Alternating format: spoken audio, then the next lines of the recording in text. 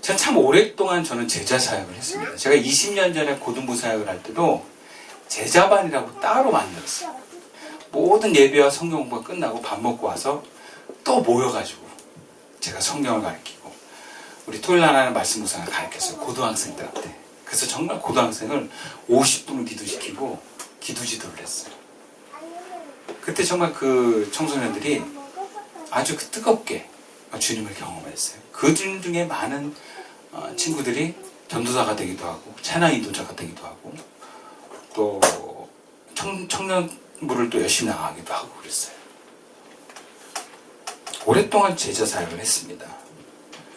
그런데 그런 많은 이들이 그리스도의 강한 은혜와 말씀의 예리함 또 열린 귀로 은혜 가운데 주님의 어떤 풍성한 그 말씀의 도움을 받았어도요, 뭔가 두려운 사건이 오고 힘든 사건이 오면 무너진 모습을 많이 봤어요. 그러니까 결국 그런 어려움이 올 때마다 어떻게 이럴 수 있지 하면서 교회를 떠나버리는 친구들이 많았어요.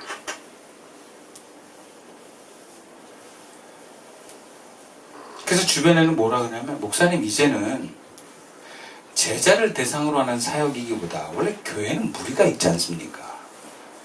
좀 수준을 좀 낮추시지요. 그런 정도 많이 받았어요. 그리고 실제 그런 제자의 길을 갔던 친구들 중에는 목사님 저 좀 쉬겠습니다 하는 친구들도 많이 있었어요. 너무 타이트합니다. 목사님 지칩니다. 근데 저는 그게 참 안 되더라고요. 왜 안 되냐? 메시지를 제 마음대로 정할 수가 없었어요. 무리들을 의식해서, 성도들 중에 부담스러운 성도들을 의식해서 좀 그 기준에 맞춰서 말씀을 전하고 싶지만, 그런 거다보면 주님이 저를 향한 메시지를 내가 받아서 전달하는 게 아니고 자꾸 내 생각을 넣게 되더라고요. 제가 기도하다가 나의 부르심은 그런 것 같지 않았어요. 그래서 그냥 계속 제자의 메시지를 전했습니다.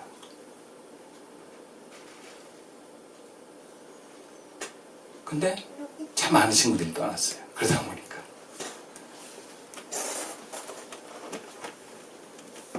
본문의 제자들도 아마 자기들의 이런 잘못된 이해에서 예수님의 이런 질책에 의아하고 분노할 수도 있을 것입니다.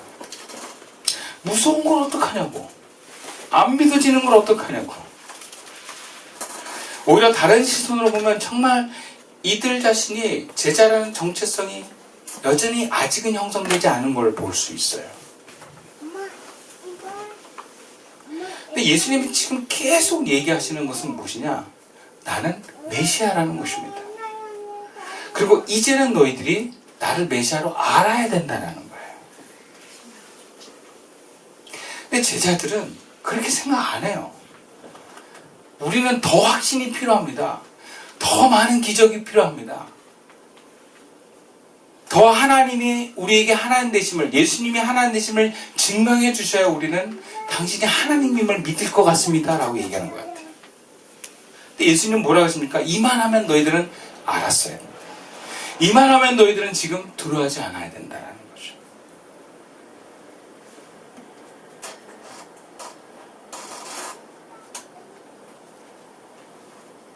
그렇다면 제자들은 어떻게 생각해야 되겠습니까?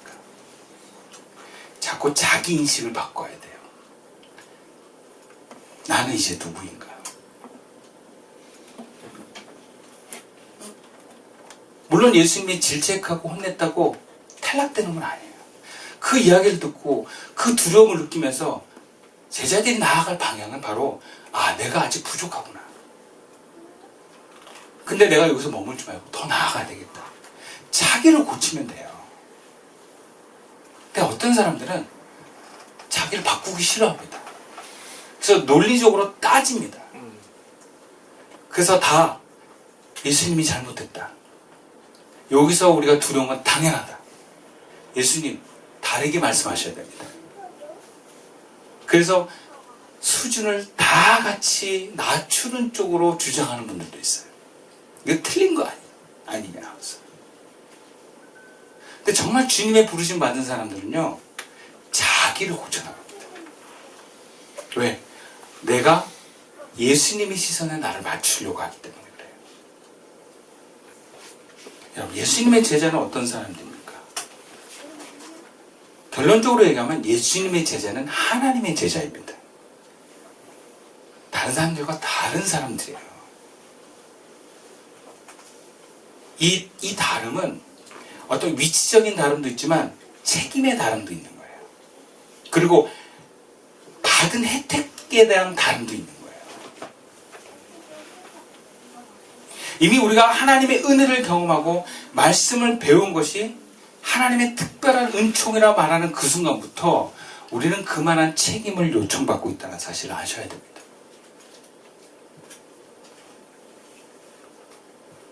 우리는 종종 하나님 앞에 나는 순종할 수 없습니다. 여전히 두려움을 어떡합니까? 왜 나한테 이런 높은 수준을 요구합니까? 라고 따질 수 있지만 주님은 그렇지 않다. 너희들은 이제는 달라질 수밖에 없는 위치에 와 있다라고 얘기하는 거예요. 그걸 받아들이는 거예요. 아, 주님이 나를 인간의 본능을 무시하는 게 아니라 적어도 이 제자 12명처럼 예수님의 메시함을 믿고 그분을 하나님이라고 믿을 때에 본능을 뛰어넘는 사람이 될 수 있구나. 그 사람으로, 그 사람들의 위치로 나를 부르시는구나라고 믿고 나아가는 것입니다. 여러분 스스로 예수를 어떻게 믿고 계신가 보실 필요가 있어요. 많은 경우 사람들이 교회를 다닐 때 동아리 모임 내지는 취미생활처럼 교회 여러분들이 참 많습니다. 그러니까 어떤 생각을 갖고 있느냐, 그냥 교회 나오면 좋아야만 신앙생활이 유지되는 분들이 많아요. 그러니까 제자로의 부르심에는 부담스러울 수밖에 없어요. 왜? 동아리로 다니고 있는데.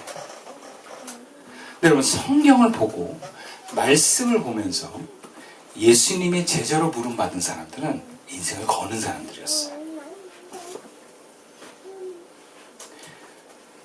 지금 예수님과 함께 사람을 낚는 어부가 되는 길을 가는 것은 어떤 무리들의 수준을 넘어서 뭔가 취미로 하는 사람들의 수준을 넘어서서 정말 주님의 기대에 부응받는 긴장감을 갖고 사는 것인 줄 믿습니다. 아멘. 저는 우리 사장님들, 특별히 어떤 기술을 가진 사장님들 보면 참 존경합니다. 근데 보면은 커피를 아마추어로 자기가 좋아서 하는 사람과 어부로 하는 사람은 다를 수밖에 없어요. 여러분, 신앙생활을 취미로 하는 사람과 정말 하나님이, 예수님이 나의 주, 나의 하나님이라고 고백하는 신앙의 여정을 가는 사람은 다를 수밖에 없습니다. 그럼 나는 누구입니까? 나는 어떤 길을 지금 가고자 하는 것입니까? 물론 그렇다고 내가 무서워하면 안 되고 믿음을 억지로 가지라는 얘기는 아니에요. 무서워할 수도 있습니다. 나도 모르게 믿음이 안 생길 수도 있어요. 마음은 제자가 되기를 원하지만 우리의 몸은 여전히 두렵고 여전히 나아가는 것이 힘들 수 있습니다. 그런데 내가 정말 주님을 향해서 제자의 길을 걸어가길 원한다면, 진지하게 하나님의 자녀로 예수님의 제자로 살기를 원한다면 우리는 변화를 열망해야 됩니다. 그리고 그 열망하는 과정에서 우리는 구체적으로 두 가지를 지켜나갈 수 있어야 됩니다. 그 첫 번째는 무엇입니까? 본문 37절 38절을 다시 읽어보겠습니다. 큰 광풍이 일어나며 물결이 배에 부딪혀 들어와 배에 가득하게 되었더라. 예수께서는 고물에서 베개를 베고 주무시더니 제자들이 깨우며 이르되 선생님이여 우리가 죽게 된 것을 돌보지 아니하시나이까 하니 그래. 그럼 우리가 제자의 길에 변화되어 나가는 길에서 우리가 나아가려면 풍랑이 있는 파도에 두렵더라도 여러분, 두려움이 오는 건 죄가 아니에요. 근데 두려움이 왔을 때 어떻게 하는 애가 굉장히 중요합니다. 첫 번째는요, 원망하지 마십시오. 아멘. 여러분, 하나님 앞에 죄 짓는 것 중에 정말 많이 드러나는 죄가 뭐냐? 말로 죄 짓는 거예요. 원망은 뭡니까? 하나님을 향해서 당신이 틀렸다라고 얘기를 하는 거예요. 여러분, 풍랑이라도요, 하나님 원망하지 마십시오. 아멘. 그러면서 어떻게 하셔야 됩니까? 버텨야 됩니다. 예수님이 주무시더라도 버텨야 됩니다. 깨우지 말고요, 버티십시오. 깨우는 것은 이런 의미가 있어요. 내 요구를 당신 들어달라는 거예요. 내 요구를 들어달라. 내 원함이 있는데 버티는 것은 무엇입니까? 내 요구가 아니라 당신 뜻에 나를 맡기겠다는 거예요. 그래서 버티는 것은 믿음입니다. 당신이 하나님이시고 당신이 나의 주인이시고 당신이 나를 주권하신 것을 맡기는 행위입니다. 그래서 풍랑이 일고 파도가로 인해서 물이 들어오는 것은 제자들의 잘못이 아니에요.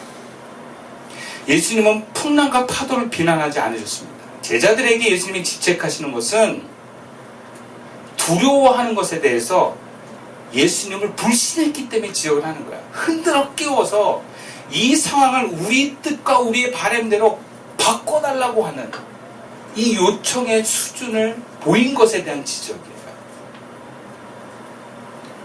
그럼 두려운데 어떻게 두렵지 않을 수 있겠습니까? 근데 두려워도 버티면 우리는 변화될 수 있습니다. 아멘.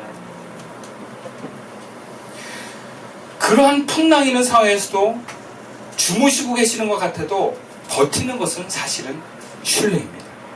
믿음이에요. 그럴 이유가 있겠지. 우리가 하나님 뜻을 다 알 수 없어요. 근데 멀리 나가다 보면 언젠가 알 날이 와요. 우리의 고난은 잠시 우리에게는 고통이지만 멀리 내다보면 하나님의 영광이 이르게 하는 복된 축복일 줄을 믿습니다. 버티고 하나님을 원망하지 맙시다. 두 번째는요, 우리가 두려운 환경에서 믿음이 약해지지 않는 사람이 되려면 41절 말씀에 그들이 심히 두려워하여 서로 말하되 그가 누구이기에 바람과 바다도 순종하는가 그래요. 우리가 두려운 환경에서 믿음이 점점 세워지려면요, 그 어떤 것보다 하나님을 두려워하면 됩니다. 제자들은 풍랑으로 해서 물이 배 안에 들어왔는데 가라앉게 되었을 때 두려워했어요. 왜? 죽을까봐. 근데 성난 파도를 한마디로 잠잠케 하시는 예수님을 보고 뭐라고 합니까? 심히 두려워했다. 더 두려워한 거예요. 왜? 이 예수님의 모습은 구약의 하나님의 모습이기 때문에. 여러분, 유대인들은요, 어떤 것보다 하나님을 가장 두려워합니다. 죽음보다 더 두려운 분이 하나님이에요. 그래서 그들은 죽음 앞에서도 하나님을 선택할 수 있는 거예요. 왜? 하나님이 어떤 분인가 알기 때문에.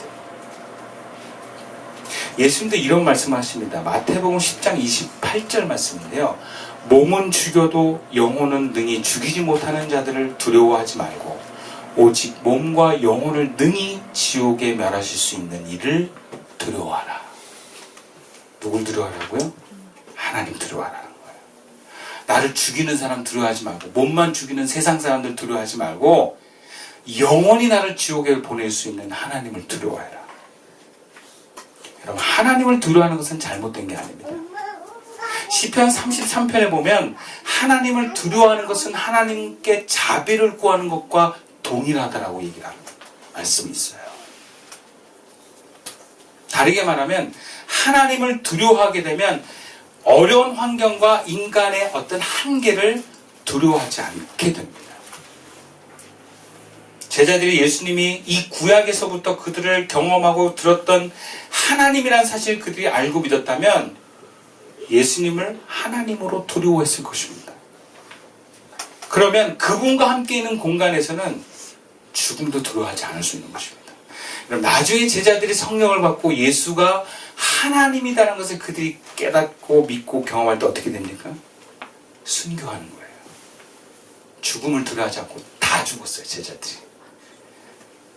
왜? 진심으로 하나님을 두려워하는 마음으로 하나님을 경외했기 때문에 가는 것입니다. 우리 이방인들은 사실 하나님 잘 몰라요. 우리 역사 속에 하나님은 실제로 기록된 것이 없습니다. 그냥 우리가 유치하는 것뿐이지. 그래서 우리가 가끔 그러잖아요. 하나님이 이순신을 보냈다. 그래서 우리나라를 지켜주셨다. 삼천리반도 금수강산, 동방의 예루살렘이 바로 이곳에 있다라고 유추한 것 뿐이에요. 사실 우리는 잘 몰라요. 근데 유대인들은, 이스라엘 백성들은 그들의 수천 년의 역사 속에서 그 하나님이 실제 경험된 조상들의 증언이 있어요. 그래서 그들은 하나님을 압니다. 하나님을 두려워합니다. 그래서 2000년이 지나도 그들이 나라 없어도 신앙을 지킬 수 있는 힘이 바로 거기서 나와요. 근데 예수님이 구약에 드러난 그 하나님으로 여호와 같은 삼위일체 하나님을 우리가 배우고 믿으면 믿을수록 여러분 우리는 유대인들과, 아니 유대인보다 넘어선 그 하나님을 경외하는 자로 나갈 줄 믿습니다. 여러분 믿음을 갖고 하나님을 의지하면 세상의 어떤 두려움도 우리는 이겨낼 수 있습니다. 여러분 두려워하지 마십시오. 그러나 하나님은 두려워하십시오. 여러분 성적이 떨어질 걸 청소년들은 두려워하지 마세요. 여러분의 사업이 어렵거나 여러분의 어떤 인간관계가 멀어질 것을 두려워하지 마세요. 대신 하나님은 두려워하십시오. 그러면 여러분들의 삶은 형통할 것입니다. 그것이 성경이 우리에게 해주시는 말씀이에요. 여러분 하나님을 두려워한다는 것이 결국에는 하나님 뜻대로 순종하게 합니다. 왜냐하면 우리 삶에는 하나님 뜻을 막는 여러 유혹들이 있어요. 특히 두려움의 유혹. 그러니까 우리가 하나님을 두려워하는 삶을 산다고 다른 걸 잃어버리는 게 아니에요. 오히려 하나님을 경외하는, 하나님을 우선하는 삶을 살면 삶의 두려움이 없어지는 것만큼 우리 삶은 풍요로워질 줄로 믿습니다. 아멘. 걱정하지 마세요. 우리 청소년들도 걱정하지 마세요. 여러분 안에 두려움들은 다 하나님 주신 게 아니에요. 다 내 안에 어떤 연약함, 우리 좀 어려운 말로 에고가 주는 거고, 또 어둠의 영들이 나에게 주는 것들입니다. 두려움에 사로잡히지 마시고 그럴수록 하나님을 보십시오. 말씀을 마칠게요. 주님은 우리를 예수님의 제자로 부르셨어요. 그리고 청소년들은 아직 그 제자의 길에는 못 미칠지 모르지만 그 길을 향해서 가고 있는 하나님의 부르심 가운데 있는 자녀들인 줄 믿습니다. 예수님의 제자됨을 잊지 맙시다. 지금은 부족할 수 있고 두려울 수 있지만 그럴수록 하나님을 의지하고 믿음의 길을 선택하셔서 점점 우리 삶에 두려움이 없어지고 하나님의 뜻에 순종할 수 있는 주님의 제자가 다 되시기를 주님의 이름으로 축원드리겠습니다.